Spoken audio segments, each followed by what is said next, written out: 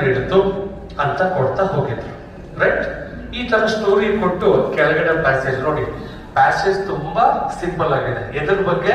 ಹಿಮಕರಡಿಯ ಬಗ್ಗೆ. ಹಿಮಕರಡಿ ಹಿಮದಲ್ಲಿ ವಾಸ ಮಾಡುತ್ತದೆ.